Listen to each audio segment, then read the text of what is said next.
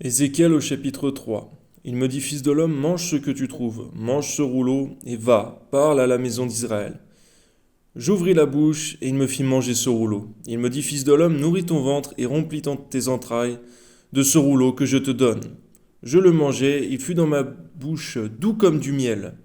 Mais il me dit, Fils de l'homme, va vers la maison d'Israël et dis-leur mes paroles. Car ce n'est point vers un peuple ayant un langage obscur, une langue inintelligible que tu es envoyé. C'est à la maison d'Israël. Ce n'est point vers de nombreux peuples ayant un langage obscur, une langue inintelligible, dont tu ne comprends pas les discours. Si je t'envoyais vers eux, ils t'écouteraient. Seigneur, on voit que c'est prophétique, effectivement, Seigneur mon Dieu. Les païens écouteront l'évangile, c'est ce que Paul aussi a dit, Seigneur mon Dieu.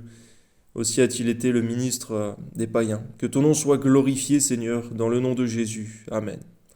Mais la maison d'Israël ne voudra pas t'écouter, parce qu'elle ne veut pas m'écouter, car toute la maison d'Israël a le front dur et le cœur endurci. Voici, j'endurcirai ta face pour que tu l'opposes à leur face. J'endurcirai ton front pour que tu l'opposes à leur front. Je rendrai ton front comme un diamant, plus dur que le roc. Ne les crains pas et ne t'effraie pas de leur visage, quoi qu'ils soient une famille de rebelles. Merci Seigneur, parce que tu équipes toujours tes enfants, tes serviteurs, Seigneur mon Dieu, pour ton œuvre à laquelle ils sont assignés. Que ton nom soit béni, Seigneur, et ainsi nous ne voulons pas nous lancer dans des combats qui ne sont pas les nôtres. À toi soit la gloire, Seigneur mon Dieu, car pour l'œuvre à chacun, tu l'as équipé. Que ton nom soit béni, Seigneur. Amen. Et il me dit, Fils de l'homme, reçois dans ton cœur et écoute de tes oreilles toutes les paroles que je te dirai. Va vers les captifs, vers les enfants de ton peuple, tu leur parleras. Qu'ils écoutent ou qu'ils n'écoutent pas, tu leur diras, ainsi parle le Seigneur, l'Éternel. Et l'Esprit m'enleva, et j'entendis derrière moi le bruit d'un grand tumulte. Béni soit la gloire de l'Éternel, du lieu de sa demeure. J'entendis le bruit des ailes des animaux frappant l'une contre l'autre, le bruit des roues auprès d'eux, et le bruit d'un grand tumulte. L'Esprit m'enleva et m'emporta. J'allais, irrité et furieux, de la main de l'Éternel, agissait sur moi, avec puissance. J'arrivai à Tel Abib, vers les exilés qui demeuraient près du fleuve du Kébar, et dans le lieu où ils se trouvaient. Là, je restai 7 jours stupéfait au milieu d'eux. Au bout de 7 jours, la parole de l'Éternel me fut adressée en ces mots. Fils de l'homme, je t'établis comme sentinelle sur la maison d'Israël. Tu écouteras la parole qui sortira de ma bouche. Tu les avertiras de ma part. Quand je dirai aux méchants, tu mourras, si tu ne l'avertis pas, si tu ne parles pas, pour détourner le méchant de sa mauvaise voie et pour sauver la vie, ce méchant mourra dans son iniquité. Ô Seigneur, qu'être sentinelle, Seigneur mon Dieu, ce n'est pas une petite affaire. Que ton nom soit béni, Seigneur, au nom de Jésus. Amen. Et je te redemanderai son sang.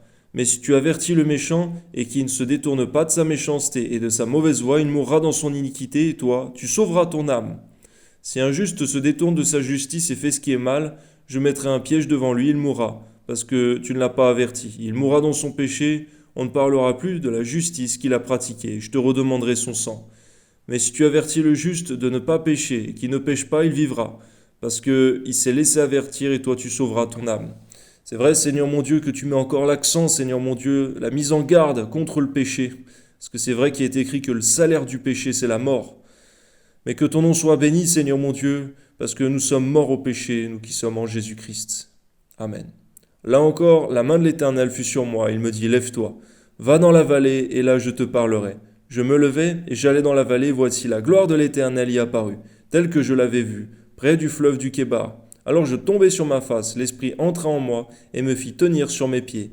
Et l'Éternel me parla et me dit, va, t'enfermer dans ta maison. Fils de l'homme, voici on mettra sur toi des cordes avec lesquelles on te liera, afin que tu n'ailles pas au milieu d'eux.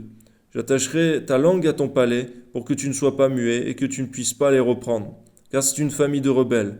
Mais quand je te parlerai, j'ouvrirai ta bouche pour que tu leur dises, ainsi parle le Seigneur l'Éternel, que celui qui voudra écouter, écoute, et celui qui voudra pas écouter, n'écoute pas, car c'est une famille de rebelles.